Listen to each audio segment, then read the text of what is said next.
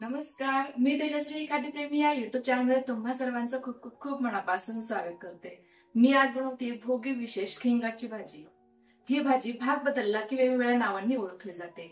त्याच पद्धतीने ही बनवण्याची रेसिपी देखील बऱ्याच भागांमध्ये वेगवेगळी असू शकते। मी खरं तर नगरी भागातील आहे, त्यामुळे आज मी माझ्या भागामध्ये ही भाजी कशी बनवली जाते हे तुमच्यासोबत शेअर करणार आहे।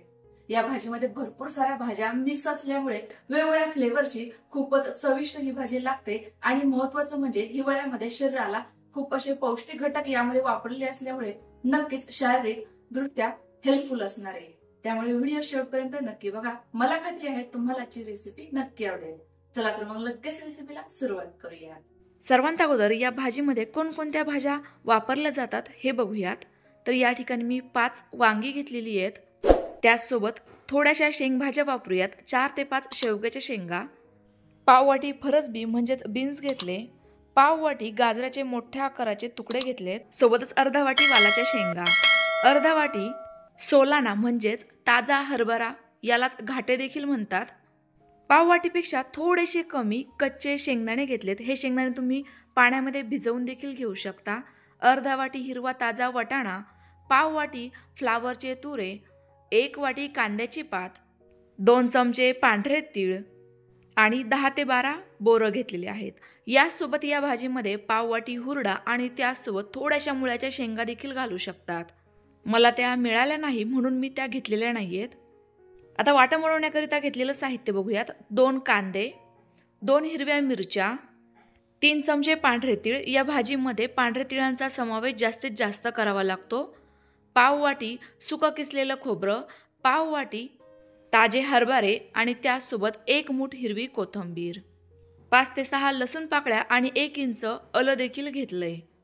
खरं तर या भाजीमध्ये सीझनल म्हणजे सध्याला उपलब्ध भाज्यांचाच वापर केला जातो, त्यामुळे एखादी भाजी तुमच्याकडे असेल ती देखील तुम्ही वापरू शकता।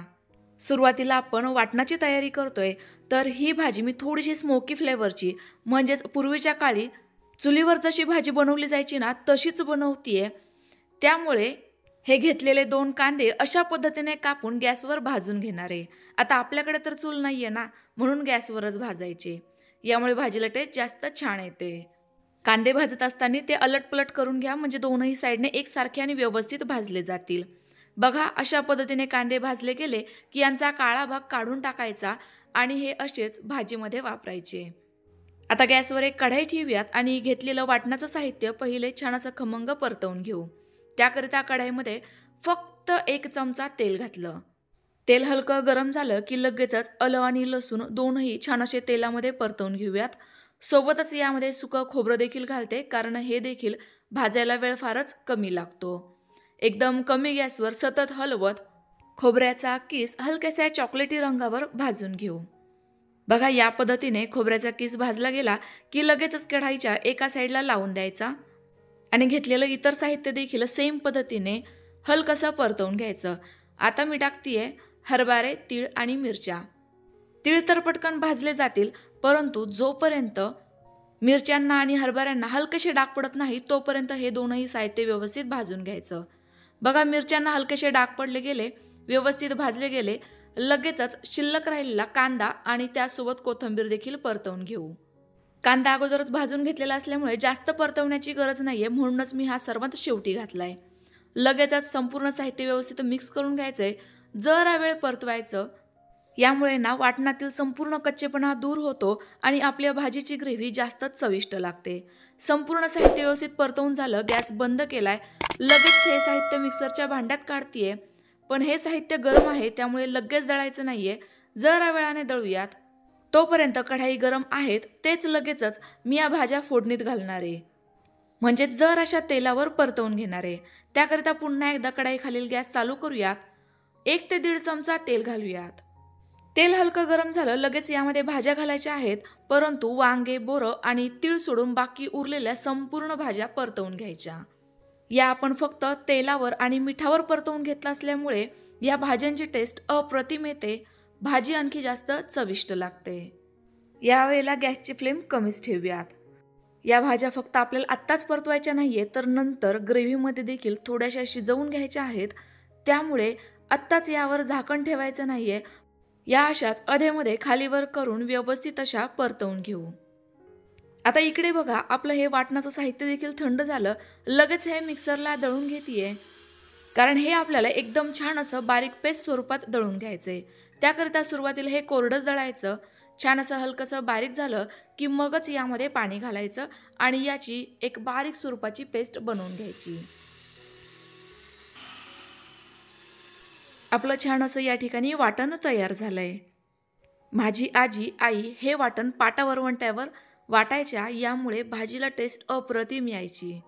मला ही भाजी बनवताना खरंच तिची खूप आठवण येतेय। आता आपण घेतलेले वांगे या पद्धतीने चिरून घेऊयात, जशी आपण भरलं वांग बनवताना चिरतो। वांगी चिरल्यानंतर मात्र आतमध्ये व्यवस्थित खोलून बघायचं, यामुळे वांग किडलेलं आहे की नाही हे समजेल। लगेच यामध्ये तयार करून घेतलेलं वाटण भरायचं या पद्धतीने। यामुळे आपल्या वांग्यांना टेस्ट जास्त छान येते। मस्त अशी भरलेली मसाला वांगी तयार होतात। तर बघा संपूर्ण वांग्यांमध्ये मसाला भरून देखील थोडासा मसाला माझा शिल्लक राहिलेला आहे, म्हणजेच वाटण शिल्लक राहिलेलं आहे। हे वाटण आपण फोडणीमध्ये वापरणार आहोत। एवढ्या वेळामध्ये आपल्या इकडे भाज्या देखील व्यवस्थित अशा परतल्या गेल्या आहेत। यांना रंग बघा काय मस्त डार्क गडद आलेला आहे। खूपच छान अशा कलरफुल भाज्या या ठिकाणी दिसतायत। आता ही कढाई मी जरा वेळ साईडला ठेवते आणि भाजीकरिता दुसरी मोठ्या आकाराची कढाई वापरते। पुन्हा एकदा या कढाईमध्ये 3 चमचे तेल घालूयात, कारण ही भाजी थोडीशी जास्त क्वांटिटीमध्ये बनवतीये, म्हणूनच तर मी या ठिकाणी कढाई देखील बदलवली। तुम्ही सुरुवातीलाच अशा मोठ्या कढाईचा वापर करू शकता। तेल हलकं गरम झालं की लगेच यामध्ये पाव चमचा हळद, 1 चमचा किंवा चवीनुसार लाल तिखट, 1 चमचा धना पावडर, अर्धा ते पाऊण चमचा काळं तिखट किंवा याऐवजी कोणताही गरम मसाला वापरू शकता आणि 1 चमचा सुहानाचा मटण मसाला वापरला। यामुळे या पद्धतीच्या मसालेदार भाज्यांना टेस्ट जास्त छान येते। तेल बघा एकदमच नॉर्मल गरम होतं, त्याच वेळेला मी मसाले घातले होते। आता हलकसं तेल गरम झालं, लगेचच मसाले परतवून घेऊयात। तर बघा आपलं हे तेल जरा वेळातच हलकसं फेसाळल्यासारखं दिसतंय, त्यावेळेला लगेचच यामध्ये हे वाटण घालायचं। तेल सुरुवातीला एकदम कमी गरम होतं, त्यावेळेला मी मसाले टाकले होते। यामुळे आपले जे सुके मसाले आहेत ते अजिबात जळालेले नाही, व्यवस्थित असे परतले गेले। आणि ज्या वेळेला तेल गरम व्हायला लागलं त्यावेळेला मी हे वाटण घातलं। आता हे वाटण छान असं तेल सुटेपर्यंत परतवून घेतलं। यामुळे बघा आपल्या वाटणाला अजिबात कच्चेपणा राहिला नाही, सुके मसाले वाटण दोनही अगदी व्यवस्थितरित्या परतलं गेले। त्याच वेळेला आता हे भरलेले वांगे देखील घालूयात, सोबतच बोरं आणि पांढरे तिळही घालायचे। यामुळे मसालेदार भाजी मस्त अशी थोडीशी आंबट लागते, काही वेळेला गाजरामुळे थोडीफार गोडही लागते। अशी चटपटीत फ्लेवरची आपली ही भाजी तयार होते। वांगे आपले मसाल्यांमध्ये छान असे परतवून घेतलेत। हलक्याशा वांग्यांना डाग पडलेले आहेत, त्यावेळेला आता यामध्ये परतवून घेतलेल्या संपूर्ण भाज्या घालायच्या। आपल्या या भाज्या अशा पद्धतीने परतवून घेतलेल्या असल्यामुळे 2 फायदे झाले। एक म्हणजे यांचा कलर टिकून राहिला आणि दुसरा म्हणजे भाज्या आणखी जास्त चविष्ट बनल्या। आता ज्या कढाईमध्ये भाज्या परतवल्या होत्या त्यामध्ये 2 ग्लास पाणी गरम व्हायला ठेवलंय। इकडे आपल्या भाज्या छान अशा या मसाल्यांमध्ये परतवून घेतल्या। आता हे गरम पाणी लगेचच या भाजीमध्ये घालायचं। लक्षात घ्या, या भाजीमध्ये आपल्याला कोमटच पाण्याचा वापर करायचा, यामुळे भाजीला तरी देखील छान येते आणि चवही मस्त येते। आता चवीनुसार मीठ घालायचंय। मीठ मी जरासं भाज्या परतवताना देखील घातलं होतं, त्यामुळे बेतानेच घातलंय। संपूर्ण साहित्य व्यवस्थित मिक्स करून घेऊयात।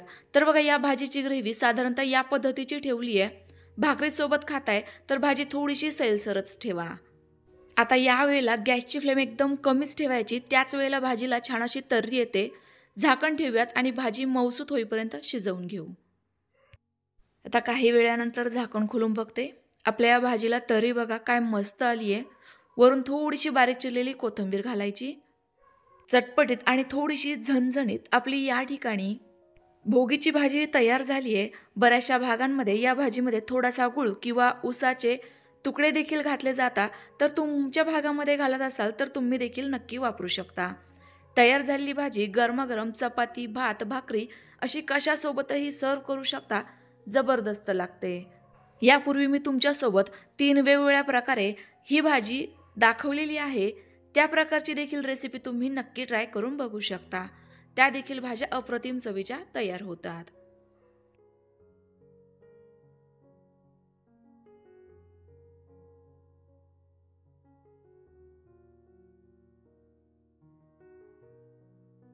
या भाजीसोबत आम्ही मस्त अशी तीळ लावलेली बाजरीची भाकरी सर्व करतो. तुम्ही ही भाजी कशासोबत खाता कमेंट्स करून नक्की कळवा. रेसिपी आवडली असल्यास लाईक करा आणि जास्तीत जास्त शेअर करा. माझ्याकडून आणि माझ्या परिवाराकडून तुम्हा सर्वांना मकर संक्रांतीच्या आणि भोगीच्या खूप साऱ्या शुभेच्छा. तयार झालेली भोगीची भाजी लगेचच गरमागरम टेस्ट करून बघते.